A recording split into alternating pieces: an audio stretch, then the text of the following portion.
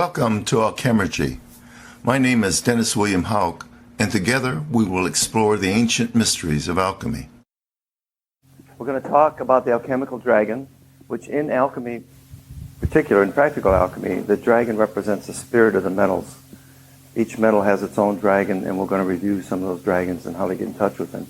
The thing to remember, of course, and I've said this time and time again, is that in alchemy, change and work takes place on three levels at once, and all three levels of reality. And that's what makes it so different from other sciences and other religions and spiritual disciplines. It works on the physical level, the mental level, the spiritual level, simultaneously. It tries to do that almost impossible task. But when you learn to think alchemically like that, in other words, a change going on in the physical level is somehow connected to a change in the mental level. And a spiritual indicator may give you a clue about what's going on in the physical level, or some physical synchronicity has meaning mentally or spiritually. When you get to move like that, like mercury, it really frees your consciousness. And it keeps you from becoming salted, as the alchemists would say. In other words, it keeps your beliefs from becoming rigid, where you can't learn anymore. It keeps you from being an adult. It keeps you from being adulterated. It keeps you free and alive. And that's really the key to understanding alchemy. Otherwise, it's a confusing mess of images and personal notes and laboratory experiments. But when you realize it's all connected on all different levels of reality, then it starts to make sense. And if there's any discipline that from the beginning doesn't look like it's going to make any sense, it's alchemy. It's full of contradictions, deliberate contradictions. It's full of secrets. It's full of scrambling steps and stages so that only people who are intuitive enough will recognize what they're talking about.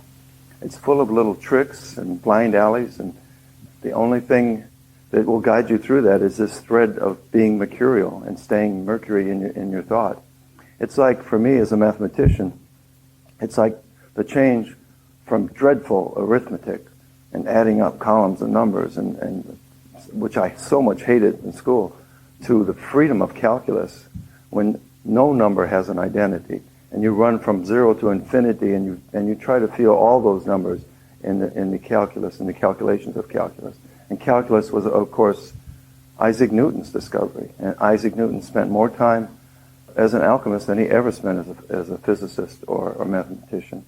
He invented fluxions actually in response to his working with mercury and antimony, and the signatures he saw in those metals he tried to apply to the mind, to the mental. So fluxions or calculus came from alchemy in a roundabout way. And there's so many connections to alchemy. I think, as you probably know if you've read my book, I think the Emerald Tablet has the clearest explanation of alchemy. It's a summary of alchemical principles from Mercury himself, Hermes, or Thoth, or a group of other. His succinct summary, historically, was an actual document. And I think I've proven that in my research in Egypt, and others have demonstrated it too. But basically, the tablet describes the picture of Hermetic reality, which consists of two axes of reality: a vertical axis of reality, where there's an above and a below, and a horizontal axis of reality, where there's a left and right paths. The horizontal path of reality is the masculine and feminine consciousness, or you can look at it as yang and yin. It's represented by masculine figures, by kings, by kingly figures, and by women in the feminine consciousness, by darkness on the feminine or yin side, which means simply that it's unknown. It doesn't mean it's evil or bad. And light in the masculine side, which means that the masculine consciousness tends to work with light and reasoning and things that can be obvious and seen, whereas the feminine consciousness tends to work with things that can't be seen or understood, like feelings and intuition. No path is really the best. We tend in our Western civilization to be an aggressive, argumentative, solar-type consciousness. Everything has to be obvious and above board with us, and in our religions too. And in the East, it's like the world is split on this axis. It's a different approach. It's the more feminine type consciousness in yoga and disciplines like that rely on bodily feelings, Tai Chi and Qigong and all those very alchemical disciplines are really working on the dark side of reality with things we can't understand, things we have to feel. That's very hard for us in the West to grasp because, well, thoughts are fast, you know. Thoughts come fast, and we move fast, and we like to move fast, and you're not doing anything good unless you're moving fast. And that's the way we were taught. Keep it going, be productive, get out there, and, you know, make your world. But by being fast, feelings which are slow and move in water don't catch up with the fire of thought. So you have to deliberately slow down and let those feelings catch up. Anything you're doing, you want to build a house, okay? Do you just run out and get the lumber and make the plan? Or do you wait for the feelings? Do you go to the property and do you feel what the environment's like and which way the house should face and what's best for your environment? How do you make it a more sacred place? Nobody does that when they're building apartment buildings, obviously, or a lot of public buildings. But that's the type of thing you have to do, and that's very hard for the Western mind to do. Believe me, I know from being in mathematics and publishing, both those industries are nothing but, wow, let's move out and let's go with it and pitch your story and get it in print and make it real that way. But often that reality does not have a sound basis, and it's ephemeral. And buildings and people end up being insecure and false in the world, not fitting into nature. So as much as the work has to be done on left and right paths, on this horizontal path, the true work of the alchemist is bringing them together, uniting them in his own spirit and soul. That's what this figure in this drawing, which is called Tabula Smaragdina, which is the Latin for the Emerald Tablet, done by Daniel Milas in about 1640. The print is really a summary of all the principles in the tablet, and I'm not going to go through them all because I've gone through that before. We'll talk a little bit more about it in the workshop, but I wanted to make you aware of this above and below, because the work of the alchemist is on this vertical path.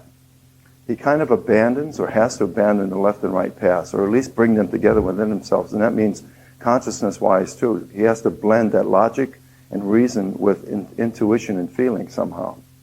And that holy marriage is what sends him up this vertical path.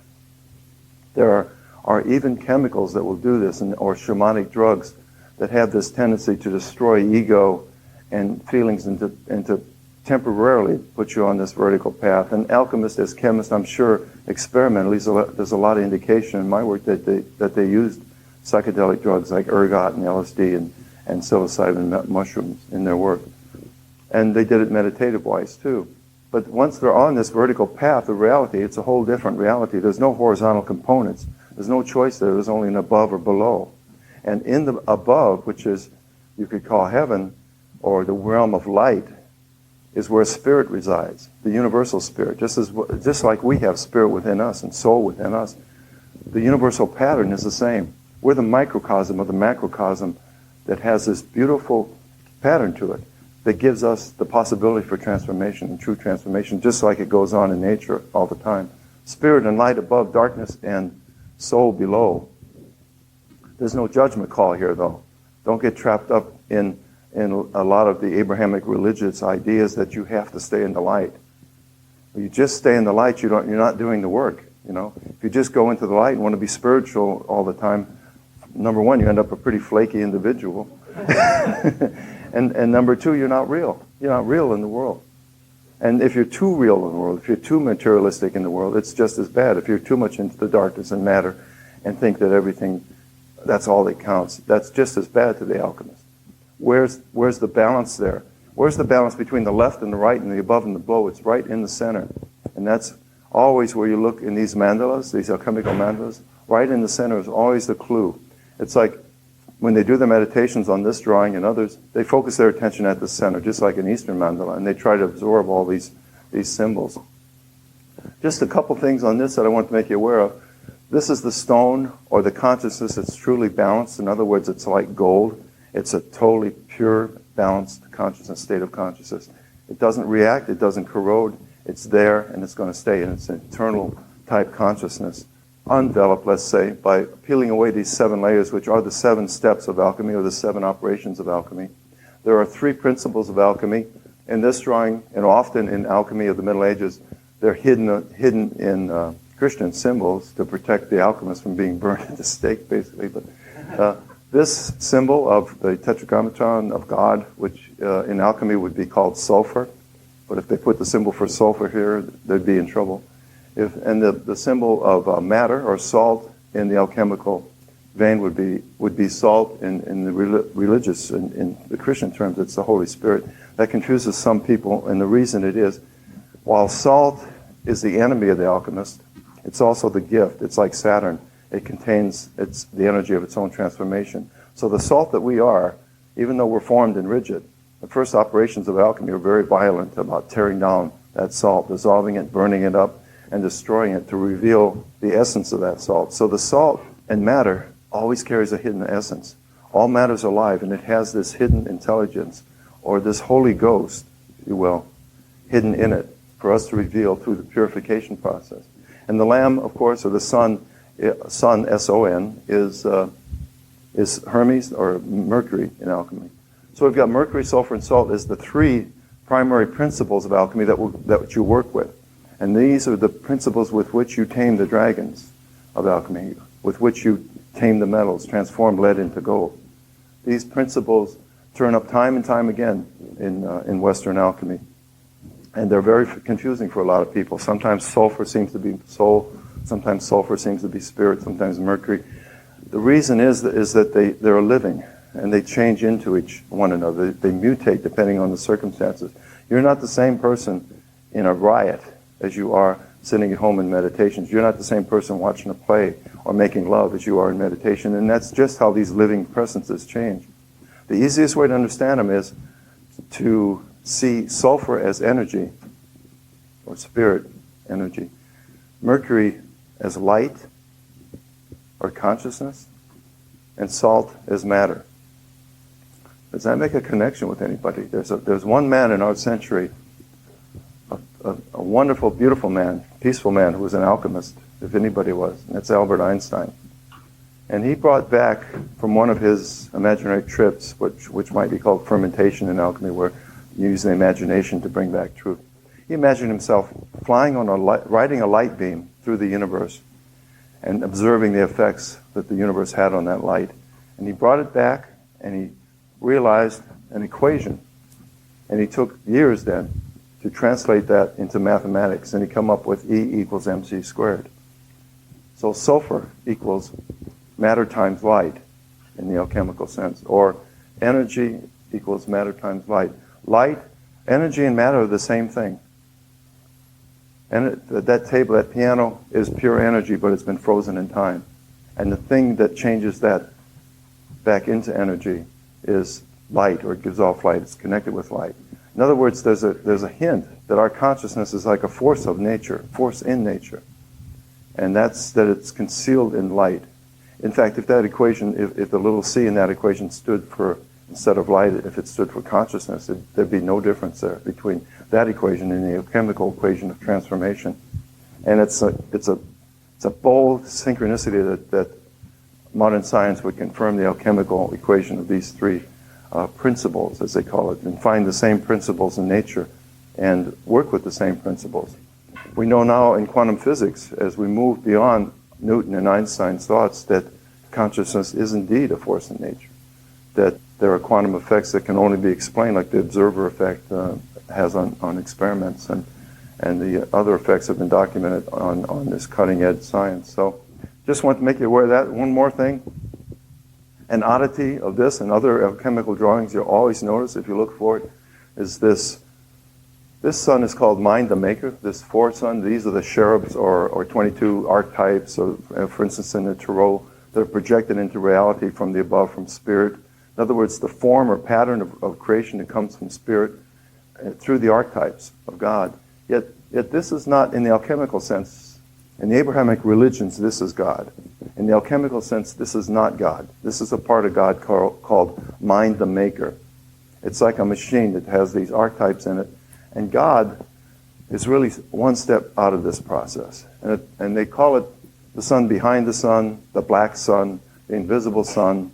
And they only meet this sun in meditations, deep meditations. It's not visible in the world. There's nothing you can say about this sun. It's the sun behind the sun. It's the process behind the process that we're involved in the universe.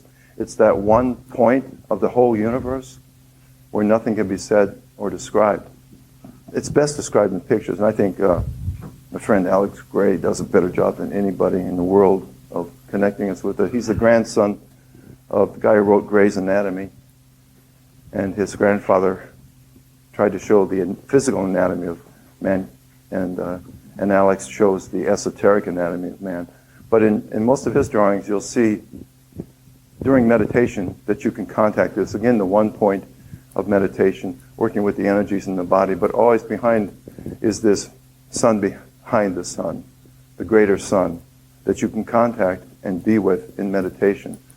Enclosed in the egg of meditation, as it's called, this light around it, this source.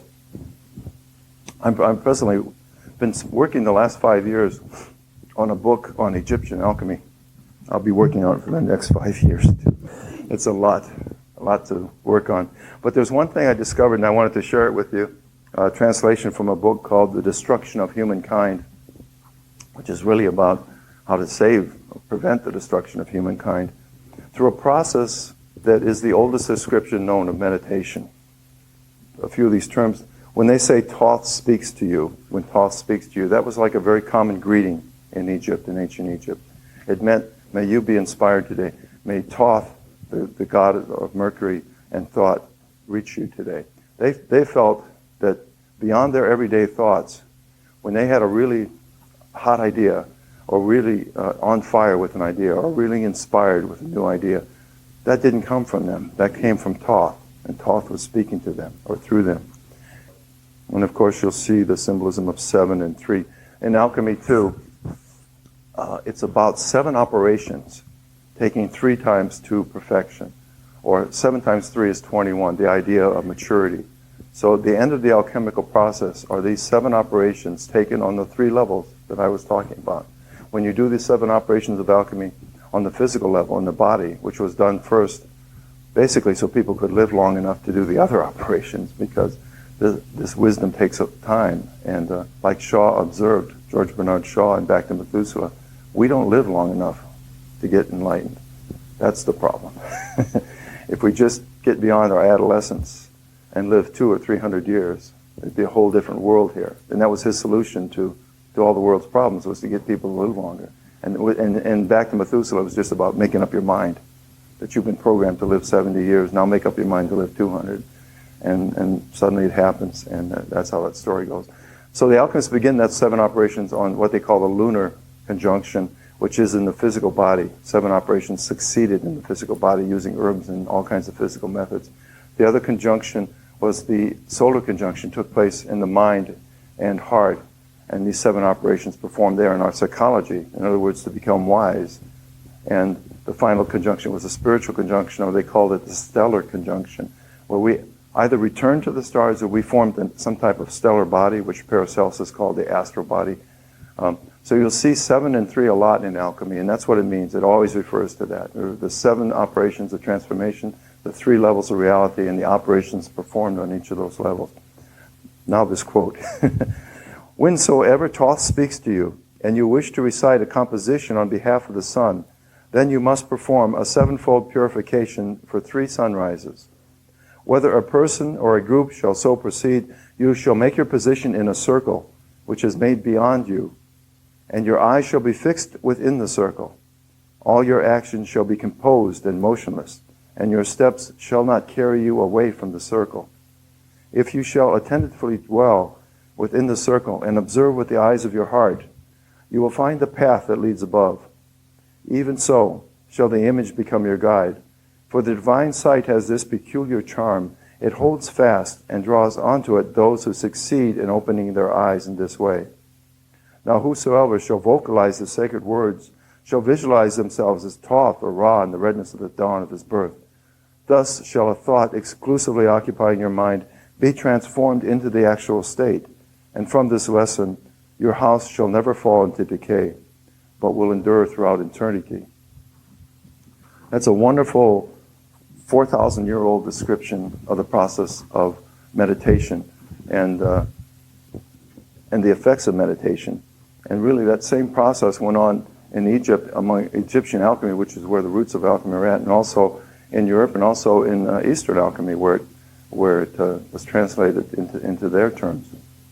In Eastern alchemy, the result of all alchemical processes returns to Earth. In other words, like I mentioned, it doesn't remain above or below. It returns to that center point, an incarnated point, a real point, where you're a real person, but you're golden. You have all these qualities in the world, in the real world. It's like Buddha returning to the world to do his work after he's been enlightened. And in the East, that conjunctive center, they had a special word for it, which no such word exists in English, but it means heart-mind. Zin is the word. And it's about the conjunction in the heart of not just the physical energies, but the mind. And the Egyptians had an identical word, and the hieroglyphics translates as intelligence of the heart. So it's bringing the reality back to your heart, back to where you are real, and to have an intelligence of your heart, intelligent emotions, a concept which we do not have. Intuition, the concept of intuition approaches this, but it's something that we really don't have a handle on, like the Chinese alchemists, the Taoist alchemists, and the Egyptian alchemists.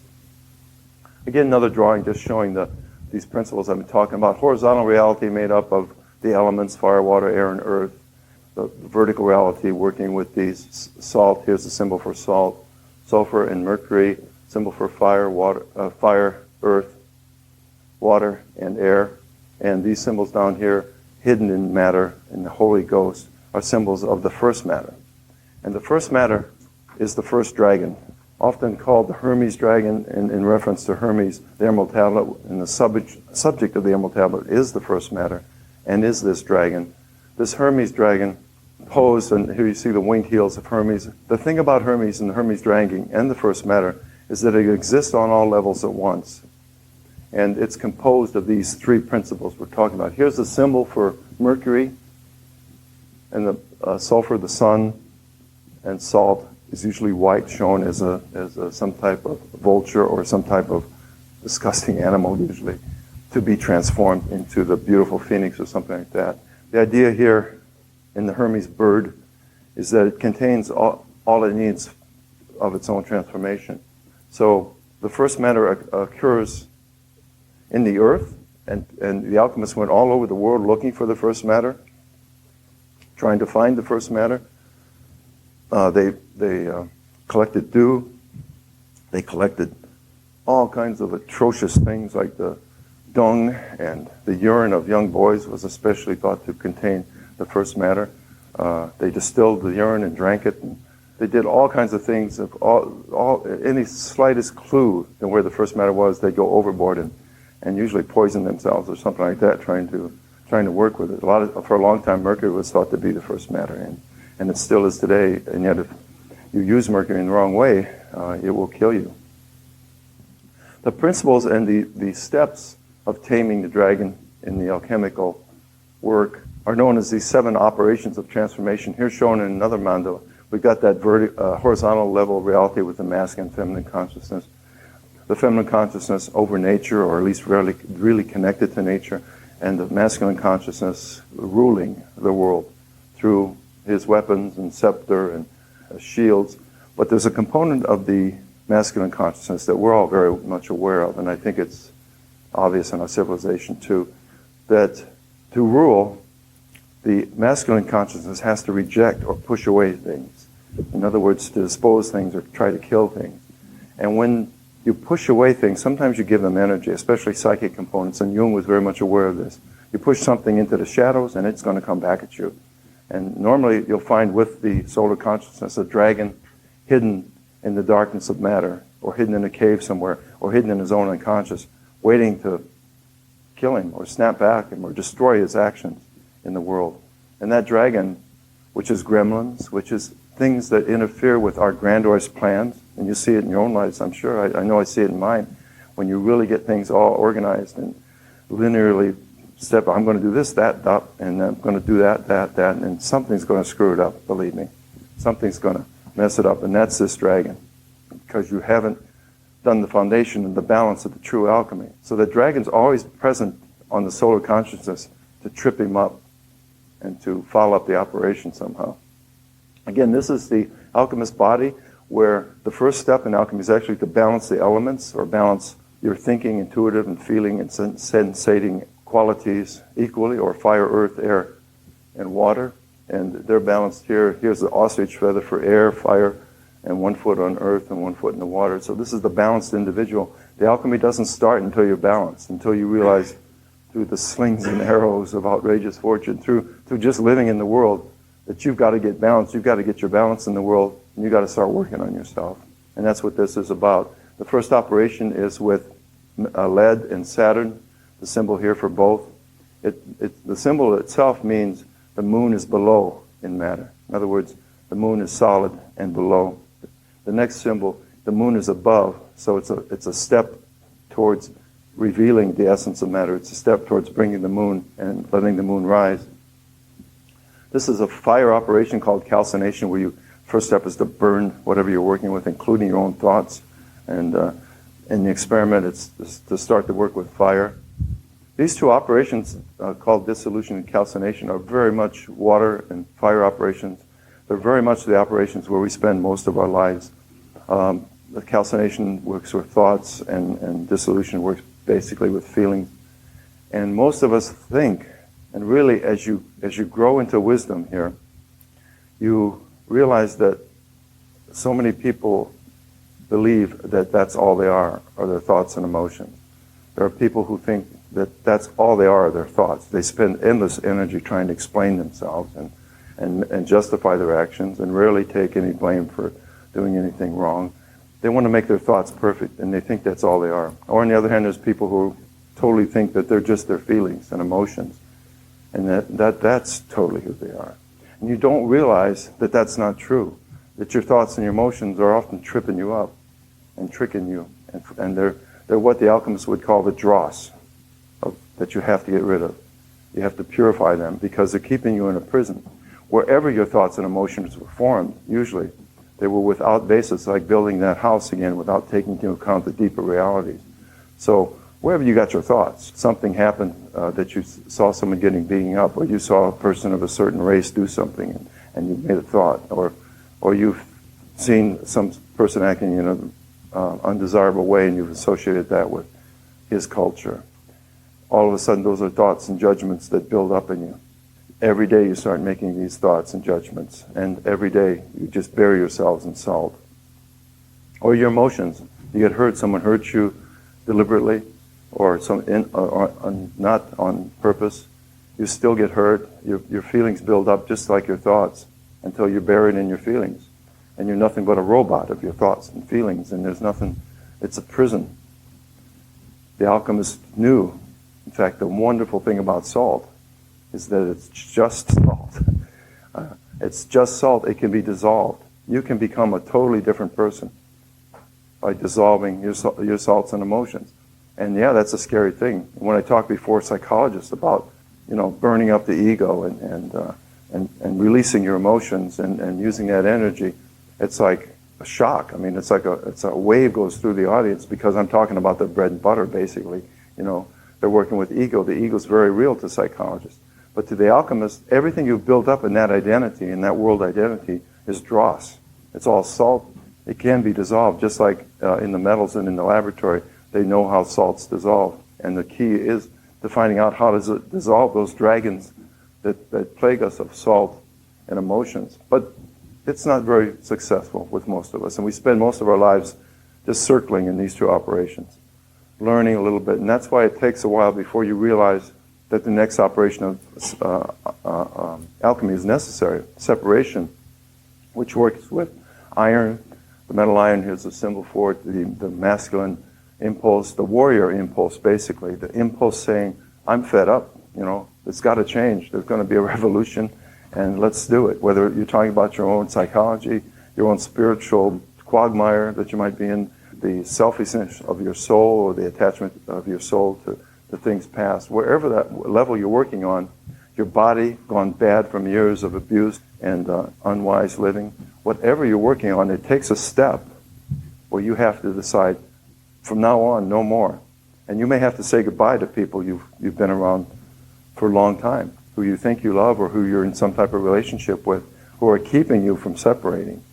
from keeping you from becoming a new person. And I'm sure you all know that if you lose a little bit of weight, sometimes that upsets your partner more than because you're a new person. And you get in, I've seen relationships where there's actually this quiet sabotage going on between one person trying to make the other person fat just to keep them, or heavier, just to keep him like he was. You know, there's that resistance to change, and that's on the emotional level, that's on the thinking level. People in relationships like the status quo unless you're both involved in the alchemy of change, and then that is a tremendously powerful relationship. If your relationship is mercurial and free and in the moment, then it's a growing alchemical relationship. If it's salted and tied to this thing you've created, then it's going to require some revolution. It's going to require some arguments. It's going to require some behavior that the other person doesn't like. And that's all about this stage of separation and iron, and using iron and the iron will. If that's successful, then all of a sudden you come to realize that there's these essences, that the dragons are really not dragons, that they carry a secret little pill or glass ball, as the dragons often associate it with, that is the seed and the essence, the purest essence of who you are. And you'll find that there are two of those essences, one from your thoughts and one from your emotion, that are the essences of your soul and spirit. Or as the alchemists call them, the red and the white essences, the white of the soul and the red of the spirit, sometimes called the king and the queen, especially if the king and queen are naked, meaning that they're pure. And those two essences then are brought back together again in the conjunction of a new being now, a new personality, a new chemical, and a transformation of the metals. And conjunction is associated with the copper dragon, or this is a symbol for copper, which is the planet Venus. It's about love. In fact, the alchemists called copper the meretrix metallorum, which means the harlot or the whore of the metals, because copper combines with so many metals, makes so many compounds. It just sleeps with anybody, and it combines with any metal. And that's the signature of copper, and it's also the signature of this conjunctive phase. It's about bringing together the opposites, male and female, and making a baby. And there's a lot of sexual imagery in alchemy at this stage. It has nothing to do with physical sex, unless we're talking on that level, and specifically like tantric alchemy or something. So it's a very sexual stage. It's a very energetic stage of bringing together these opposites in a love. And really, this is the integration of Jungian psychology, where it comes together at this level. But often at that level, as even the Jungian psychologists admit, this conjunction is very fragile. You go out in the world and you have all this, especially on the mental level, on the spiritual level, the world just destroys it. I mean, you've got this new personality, it feels right, it fits right, it's alive, and then you go in the world and all of a sudden it just starts to disintegrate at work or on the road when you just lose it at another driver and you realize that's not part of who you want to be, that type of stuff, and it falls apart. So in alchemy, not in psychology necessarily, you have to move to the operations above. Conjunction is a turning point from the operations below to the operations above. The operations above deal with the life force, or new life coming in. And the first operation is fermentation, which is represented by the mercury metal, the mercury dragon, and the process of fermentation, which begins with a process, and natural fermentation begins with a deadly process called putrefaction, where the matter, like grapes, you crush the grapes and you dissolve them, put them in a slurry, go through all these calcination, pulverizing, and dissolution and separation operations, and then you conjunct them in a solution. But then all of a sudden the solution turns rotten. It starts to decay, turns black. That's putrefaction, and that's the dark night of the soul. That's where how do you get to the other side? You have to die and be reborn there. So your ego is totally destroyed at this place, through one way or the other. Either it's through your giving up in the world, your ego's been beat down so much that you don't give a damn anymore, and you're just a totally empty vessel when all this stuff starts to happen. When you're like totally empty is when the real change starts to begin.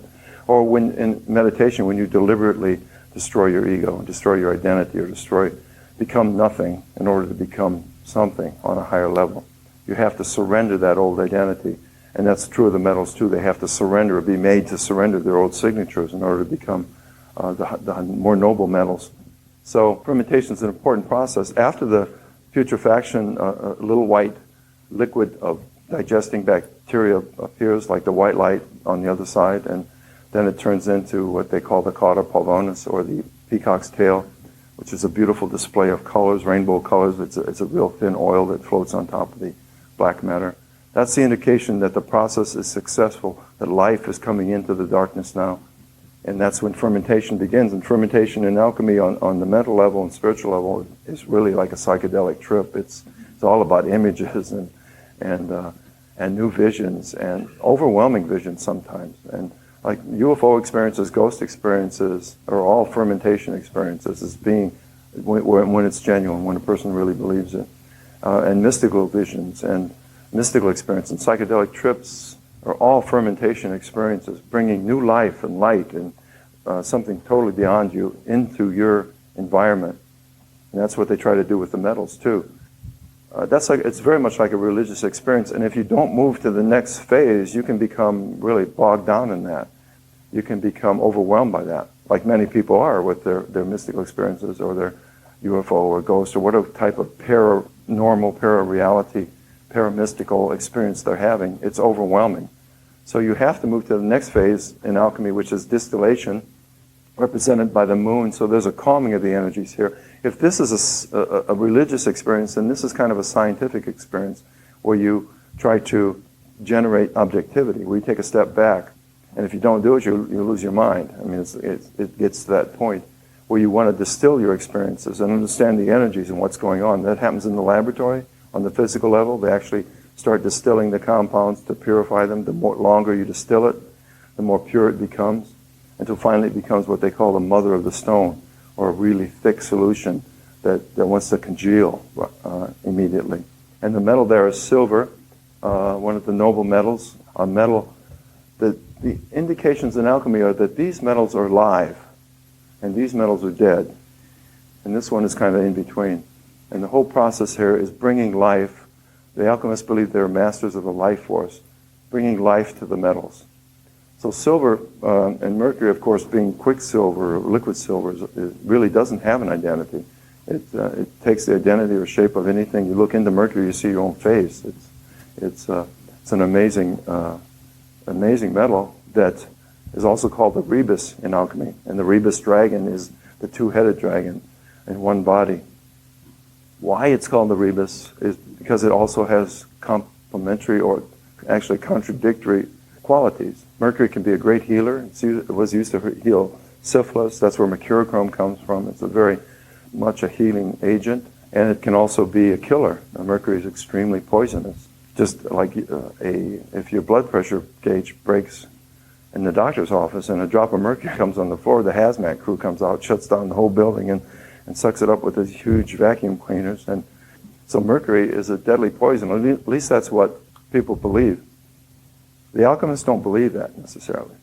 I should say a grace for all the alchemists who died using mercury, because there are quite a few. But in the deepest teachings of alchemy, mercury is also the elixir or the cure that will bring you all the qualities of gold, because mercury dissolves gold and is used in its mining. At least that's implied. And certainly in Eastern alchemy, you go in East India and there's alchemists selling mercury pills on the street all over the place, every corner almost. And they have them mixed with herbs sometimes that are specific to certain diseases, but there's a good component of mercury there, amalgamated with other metals usually. And they sell them all over the place. And also there's tales of alchemists who work with mercury who weren't hurt by it. I remember one alchemist who, Helmholtz in England, demonstrated how rapidly mercury, when it travels through the body, actually travels through the nerve system. And there's no brain barrier to mercury. It goes right to the brain. So if you put, like Helmholtz did, put his big toe in a saucer of mercury, had a gold coin in his mouth, and within 10 minutes, that gold coin was coated with mercury, plated with mercury, just through his body. And he lived a long time, although he did eventually die from mercury poisoning, but he lived a long time. And another alchemist, in fact, there's this idea, and I have to tend to confirm it myself from my own experience. When I was a kid, about 8 or 10 years old, we lived in Chicago in an old tenement building in South Chicago. And there was this huge gas meter in the basement for all the apartments. And one day a gas man came and repaired the meter. He left this big pile of mercury, pool of mercury, underneath the meter from repairing it. When the gas goes through the mercury, it meters it.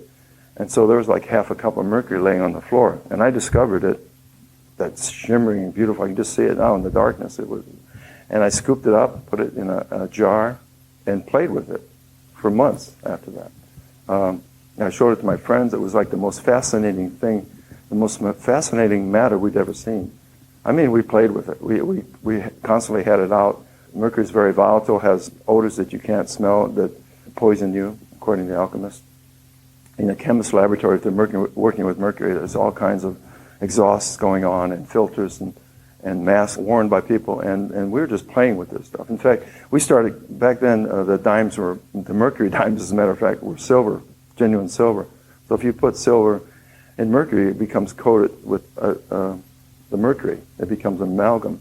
So we set apart as our duty to bring these dull dimes back to life by coating them with mercury. So you just put it in the mercury and rub it a few times, and then it's got this gleaming coat of mercury that still is liquid on there, but it's bonded permanently to it. And it's like it's been chromed or something. So we put these back in circulation, thinking we were doing, it's like something we did. Here's a good thing for mercury. Look how beautiful it makes these dimes. And we'd be arrested as terrorists today if we did. And I hope it did no damage to anybody. But I want to tell you one thing that I did with the mercury, and that is to roll it in my mouth. I rolled it under my tongue. I held it there. I loved it. I never swallowed it.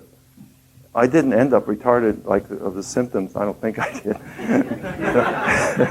Like the symptoms of mercury poisoning are. They go right to your brain. They cause retardation. They cause lack of visions. They cause stiffness and rigidity in the organs, and it's anti-life. But as a child, believe me, that's not how mercury affected me, and I don't know why. But I've heard other stories like that from alchemists, and my theory is that children don't know that mercury is poison, or children are pure enough in their energy system somehow, or just not full of dross that would cause the mercury to become poison, that they can survive that. Now, I've never taken mercury again, and please don't go home and feed mercury to your children. But it's just something that kind of rides in my mind sometimes. And I think it was after that really I got really interested in mathematics. I started seeing things in numbers and relationships like that. And I don't know if it was mercury or not, but it's very much in line with the old tales of the alchemists and what mercury does and how it affects. In other words, only in the most extreme, deepest meditations and the deepest purification of the alchemist in his meditations can he take mercury or work with mercury. And that's the idea, and that's certainly the idea in the East.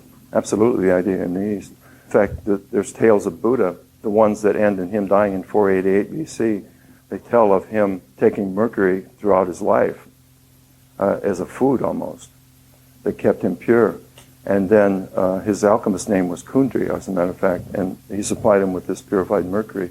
And then when Buddha decided to die, he changed his composition and took the same mercury he'd been taking for years, and he died within a few days of mercury poisoning. And that's one of the legends of Buddha's death. So mercury is the real alchemical dragon that offers us health and death and offers us everything contradictory. And just to finish up the operation, the final operation is gold, of course, and bringing together coagulation, it's called, and it's really not much of an operation at all. If you've done these previous two operations right, this almost like falls into place. It's a precipitate often in the experiment. Coagulation, it's just like a white ball or something that forms out of the clear solution, or sometimes the darkened solution, or in the metal, the molten metal in the crucible. It'll be a hard ball, like a red ball sometimes. That's what happens. It just pops out. It just comes. There's nothing more to do there, and that's gold. That's a perfected state of matter, or as the alchemists often show it, as an androgynous youth emerging from a grave, or always associated with a androgynous young being, a totally rejuvenated being. Now the dragons. This is the green dragon, which is the first dragon of the alchemists, and then that's the first matter. It's the quintessence. Or if you're working in the body, it's the life force, the chi, the prana. That's how the Eastern alchemists work with it. They tend to work in the body. The green dragon is, I would say, not tameable, although the efforts are to accumulate the essence of the green dragon. The green dragon in the metals, it's also associated with the life force again, especially in the East. So we're talking, reminds me of the Sushumna or the Kundalini energy, which is the green dragon in the tantric system, rising up from the Muladhara chakra through the Svadhisthana all the way up to the Sahasrara crown, and bringing the life force or purifying the life force in the body in that way. And that's the focus of tantric alchemists. The next dragon in alchemy is the black dragon, which is lead, the spirit of lead, and as it becomes purified, it becomes the spirit of tin. Lead in itself is a fascinating metal. It's not despised by the alchemists at all, like you would think. If you hold a piece of lead, it's heavy, it's soft, it's cold, it's not much fun. It's just blah, it just lays there. If you slice lead, it shines just like mercury. It shines just like silver, but only for a second. And then as you watch, it becomes dark again, like it's dying again, like it wants to come alive, but it can't. It becomes coated with lead oxide. The alchemists have discovered over the years that lead contains the seed of mercury. And in the higher operations, really, there's no difference between lead and other similar metals like antimony and mercury, and you treat them the same. Because the alchemists recognize that lead carries the fire of its own transformation, that lead and Saturn and the Saturnic energies that carry these signatures of lead, like lethargy and laziness in ourselves, or not wanting to change, being stubborn. Just like that planet that takes 30 years to go around the slowest planet, Saturn, associated with Father Time and slow movement and control of matter. In fact, the mythology there is remarkable in that it hints at knowledge that the ancients couldn't have had.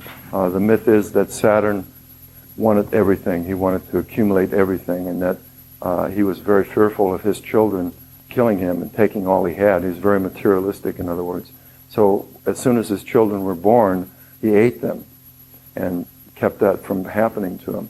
Well, his wife, Rhea, which means basically dissolution, it means flowing and letting things flow. It's the cure to this stubborn state that he's in.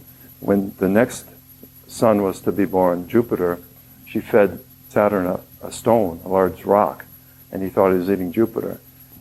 I want to make that clear to you. She fed him a rock, and Jupiter was free then to become another planet, free to get away from Saturn. In astronomy, Saturn is all about gravity and trying to grab all matter towards it. If Saturn had been successful in bringing all matter towards it and would have gotten heavy enough, it would have become a star. It would have been the second star in the solar system. We would have a dual sun. But it wasn't successful because Rhea fed him a stone, like the circle, the belt, the asteroid belt, or the belt of rocks that surrounds Saturn's rings, like he's trying to bring these in. She fed him one of those stones, and that freed Jupiter to become a planet and get beyond the Saturn heaviness of matter.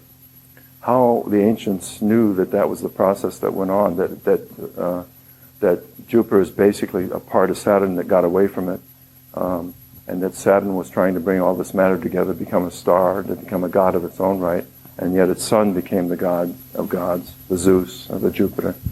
Is amazing. And all the myths contain elements like that of knowledge. That how could they know that?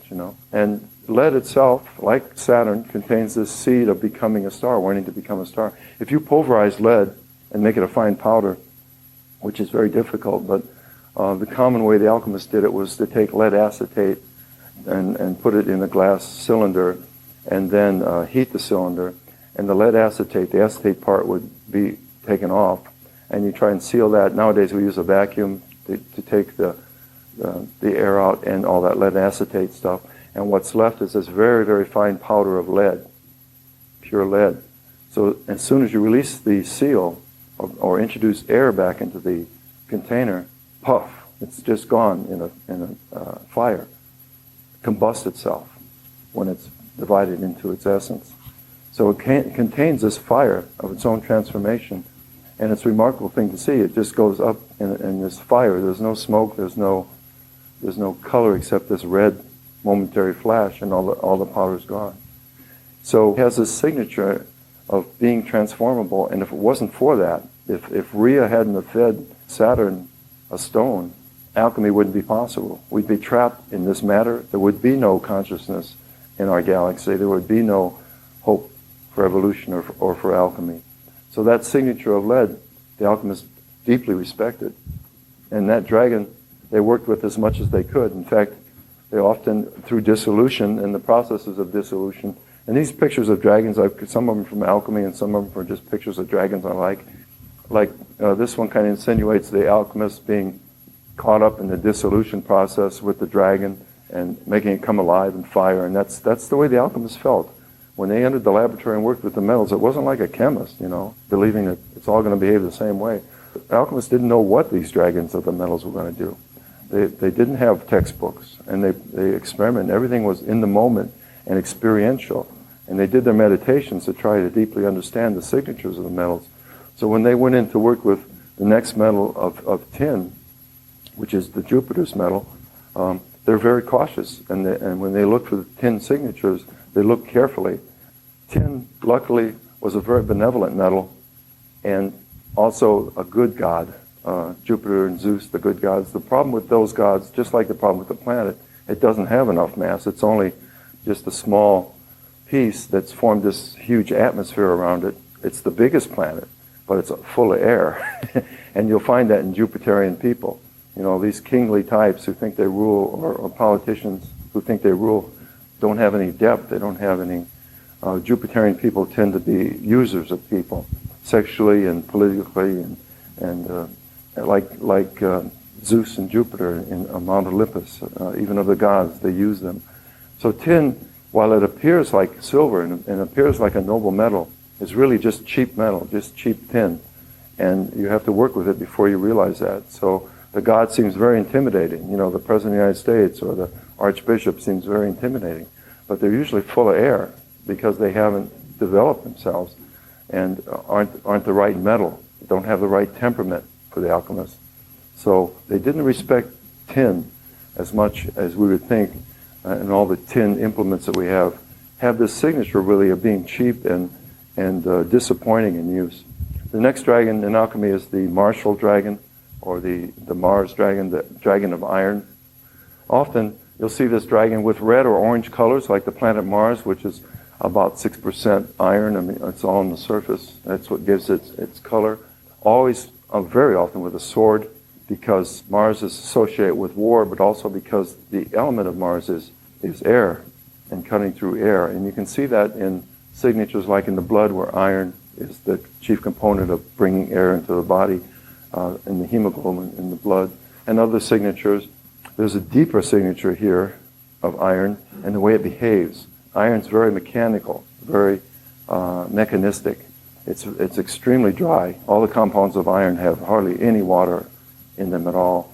Iron is a hard, harsh metal that tends to be very mechanical. In other words, it forms square, kind of ugly crystals.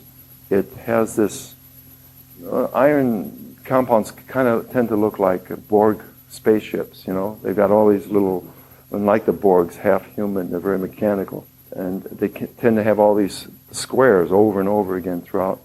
And that's the military attitude, really. It's very mechanical, and the corporate attitude is very mechanical, both Mars archetypes.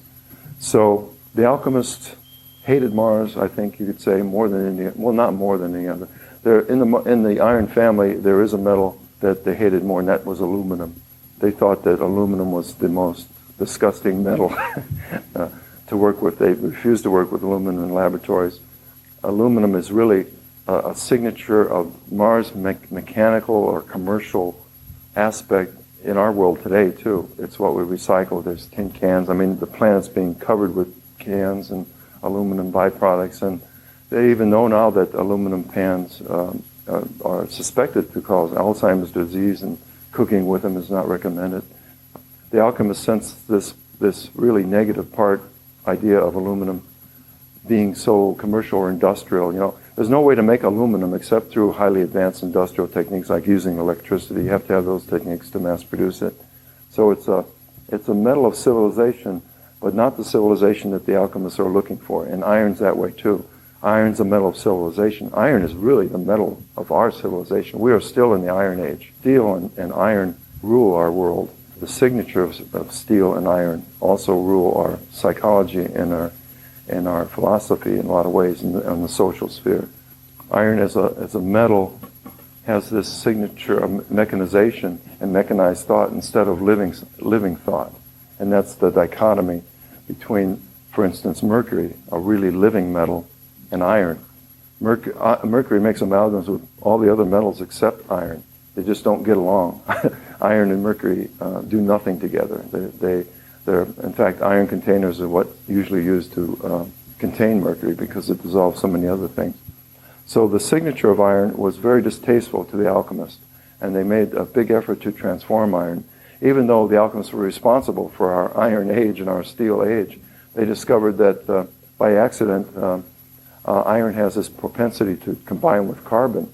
And when the alchemists dropped accidentally charcoal or something into the molten iron, they realized it changed its signatures and made it harder. For instance, one charcoal in a pot of boiling iron, molten iron, would change it into cast iron, would bring it when you could pour it and it'd be very brittle and hard. Or two charcoals or three would change it into a steel, a type of steel. And the alchemists discovered all that. And it wasn't until it was industrialized in England or into the Bessemer steel-making process where they add carbon to steel and make different grades add carbon to iron and make different grades of steel, that this process became industrial and took over the planet. There's another signature that Mars and Earth have a lot in common, that because of that, the alchemists actually predicted iron taking over our world and ruling our world, because they felt that Mars and Earth were brothers, as they often said. Astronomically, there is some evidence that Mars and Earth did come from the same superplanet that exploded in the asteroid belt and actually formed these two planets of Mars and Earth. There are very great similarities between the two planets. Both have iron cores and both have about 5 or 6% of iron on the crust. If it wasn't for water, it wasn't for copper's presence in the alchemical sense on this planet, we'd be just like Mars. We'd be a red planet of dust and dryness without life. So in the conjunction of the dragons, we try to bring the two dragons together, whichever dragons we're working with, or the metals. Like, for instance, iron and mercury, they actually tried to bring together in a conjunctive process using copper. So that's how the signatures were brought together. In the life force, it's the same thing as bringing the two dragons of soul and spirit together, or in the Eastern alchemy, yin and yang, and that process of combining them in an alchemical body and working with the energies of qi and the signatures of qi, the life force. This is all taking place in conjunction where the two come together. So it's whatever metals you're working with. One clue about working with the dragons that comes forth during conjunction writings of the alchemist is this drawing about an alchemical process. This is the dragon. The red and white signatures here again signify this as an advanced dragon coming together towards the end of the process of distillation and coagulation. In other words, the wing has a signature of silver and gold here, or the signature of the king and the queen. And this dragon is being suppressed by spirit, who always comes in on a white charging horse with armor. It's like the knight. The whole idea of the knight was spirit coming in to save the soul, who had actually had the dragon on a leash anyway. And actually didn't mind. If you look at the face of Soul there, she doesn't mind being chained to the dragon. She doesn't mind that energy of the dragon. The feminine impulse doesn't mind being really close to nature and part of it. And the feminine impulse is happy in the moment and just being there and just experiencing and really not giving too much a damn about change and not really wanting to be perfected and not really realizing that there's any perfection to be done. The soul is that type of presence and has a very close relationship with the dragon until spirit comes along and tries to conquer the dragon or kill the dragon or slay the dragon, free the maiden. and free the soul and bring the soul up towards the light and work with soul. And yet there's a clue here in this drawing, in other alchemical drawings, of the attitude that the alchemist has in working with the dragons. It's not Martian, it's not iron, it's one of meditation. You can see it by the expression on his face. It's one of calm, one of recognition. Even the dragon itself, it's bowing its head to this type of approach. It's a meditative approach. It's knowing the reality of the dragon, the reality of the situation, and being connected to the moment. Again, another dragon, as we go into fermentation, it's often shown in red and blue colors, and I was struck by this one. It's about the fermentation phase kind of destroys all your ideas of what's safe and sound, and fermentation dragon is associated with the moon and images. The mercurial dragon in alchemy is this figure called the rebus, this contradictory figure coming together. In other words, it's actually soul and spirit becoming one in one body, so it's becoming one together. You can see that any double-headed figure like this is the rebus, and it's referring to Mercury in the fermentation stage. This is the green dragon from the beginning of the work, that dragon that carried all the life energies from which the mercurial dragon will emerge finally. So all kinds of images at this stage. The dragons being subdued and controlled in distillation and after the fermentation stage. The distillation stage is associated with stars and stellar presences and work on that level of reality to purify the compounds and can purify the sun and moon and the spirit and bring it up towards an infinite process. And during coagulation, it's bringing it together in this ball or precipitate or some type of presence that one can work with, or some type of physical presence. So if we look at the dragons and how the dragons work in alchemy, there's a process in alchemy of taming them. And it's reflected in the mythology, it's reflected in all the old legends. It was like common knowledge at that time, and we have lost that connection with what all these legends meant. But they're referring to these processes of taming the dragons, and whether those dragons are expressed as metals or emotions and temperaments in human beings, or whether they're spiritual processes of soul and spirit coming together and how they relate, they're all archetypal forces that we can control, and that's the message of the dragons. As fearsome as they are, we can relate to them. And alchemy gives us a process to do that, a clear process of steps and stages and how to handle each metal and how to work with each metal. And we'll be talking about more of that in the workshop and actual meditations the alchemists used to work with the metals. But I know when I worked with the metals in 92, it was like the 9 months of hell.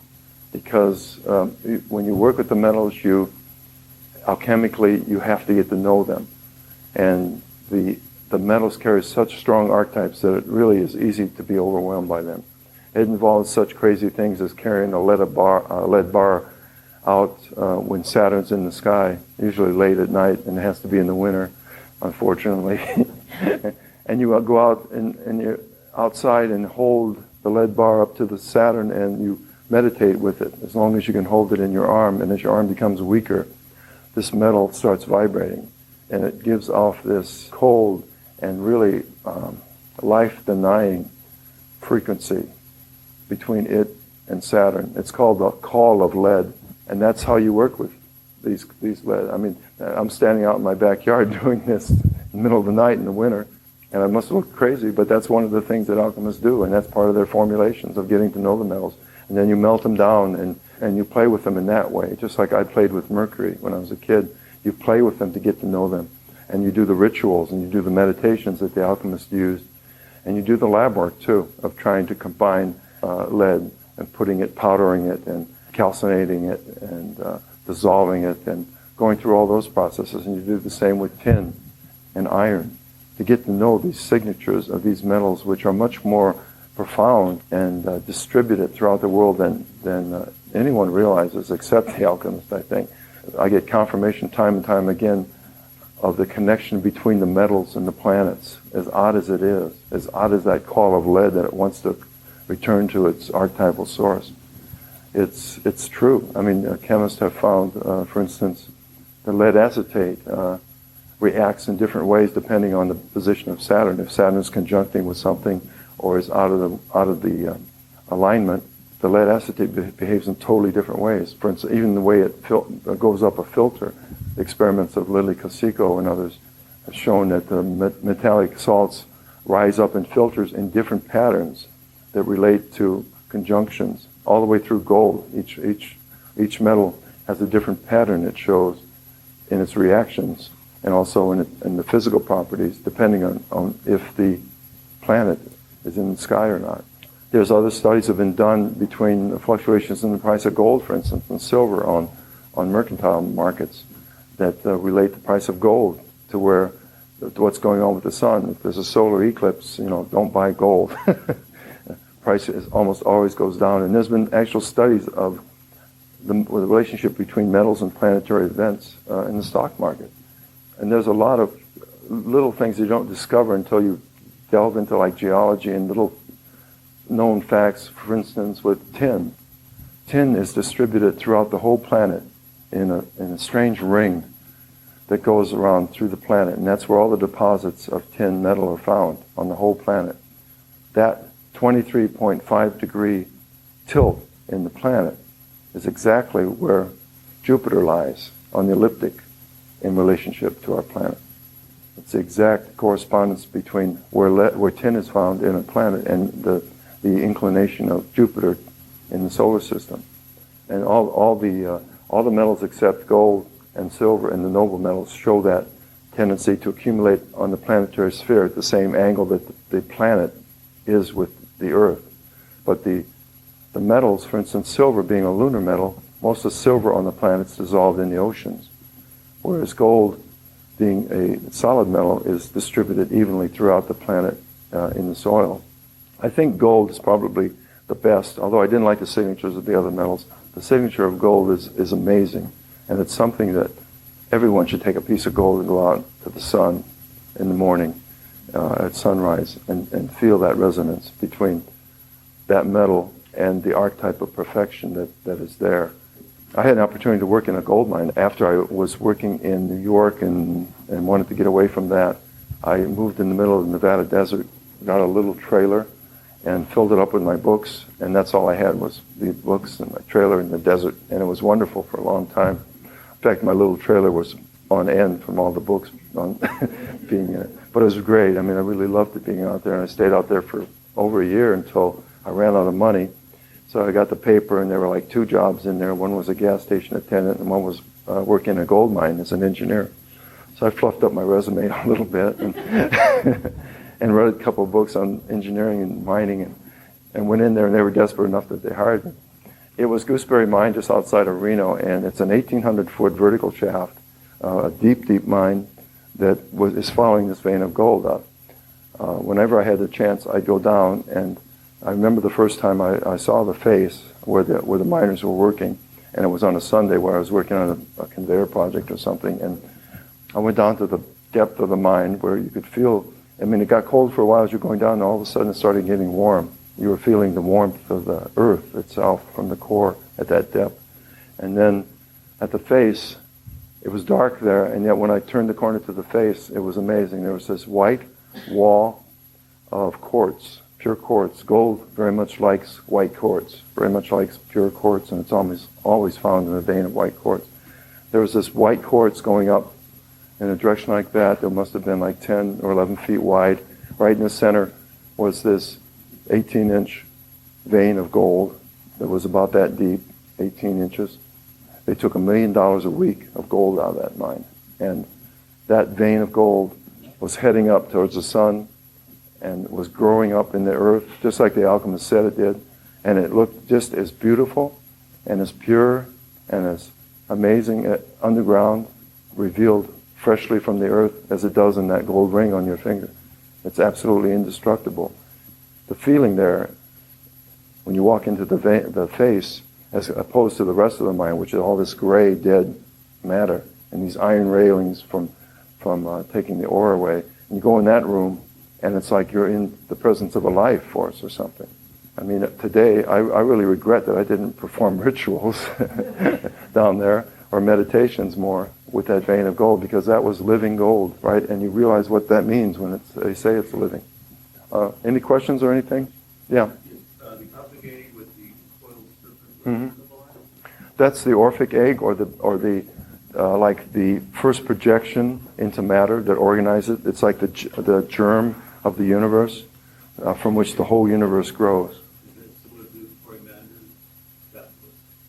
Yeah, and the Pymander.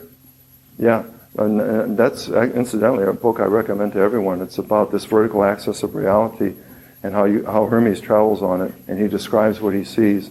And many people in different visions on the vertical axis of reality, including myself, see those same things. And the Ouroboros, is that the completion of the process? The Ouroboros is actually an indication of the process itself. The Ouroboros is snake eating its own tail, sometimes shown with wings above and then feet below. It's the idea that there's a living force going through the universe, going down into matter and up into light, up into the volatile area of the wings, and that it's a continuous process. It's very much like the Tai Chi symbol, that it's going on and on again.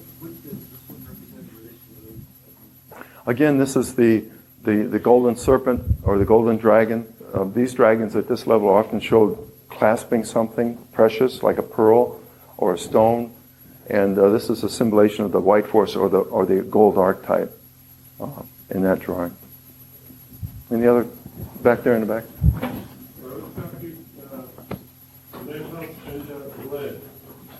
And the ego.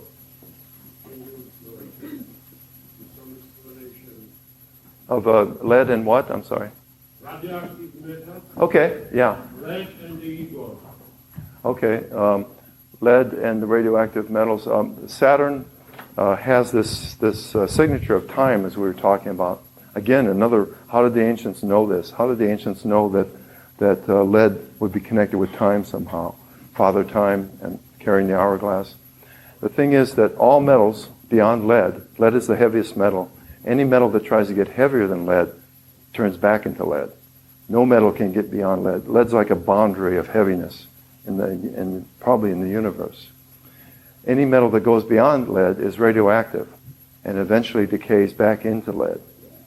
That process is so stubborn, so saturnic, and so regular that process is used for us to measure time. The only precise way to measure time, atomic clocks. That process is so regular and saturnic that there's no way to change it. And the radioactive decay of elements is how we measure time now in the world with atomic clocks. So it's very much related to that. What's the atomic weight of lead? Do you know? Lead, well, the specific weight, the specific gram weight is the highest. So that's the weight per gram, which is 21. And the number, I think, is 77. I'm not sure. 80 is mercury, and I think lead's quite close to that. Any other? What's your opinion of the Bardon system in relation to the alchemical spectrum? Franz Bardon is really a magician, no more as a magician, who has some books out on alchemical processes in magical terms. And they're very good rituals, I think, as far as connecting with the energies and the archetypes. Magicians and alchemy and that whole Hermetic tradition is actually closer than most people think. In other words, for instance, the beginning tarot card is the Fool, the zero card. The end of the process, the final card, is the Magician card. That's the alchemist. Like last month, I was at a magician's conference in Vegas talking about alchemy. And I showed old alchemical prints, and the magicians were just applauding and going crazy about the meaning of these prints, which they instantly knew and understood as Hermetic people. So great magicians like David Copperfield and Jeff McBride and Lance and all the others down in Vegas, they were there.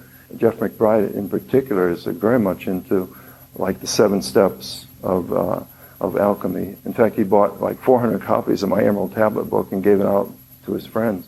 So they're fascinated by that. And Franz Bardon is a 19th century magician who, through very elaborate and distinct rituals, explained how to get in touch with these archetypes, I think. So I credit his work. Some of the others I don't see much use for. Even Crawley had a lot to say about alchemy, and he has his own translation of the Emerald Tablet. So all that alchemical and Hermetic knowledge is very important among magicians and true magicians. Thank you very much.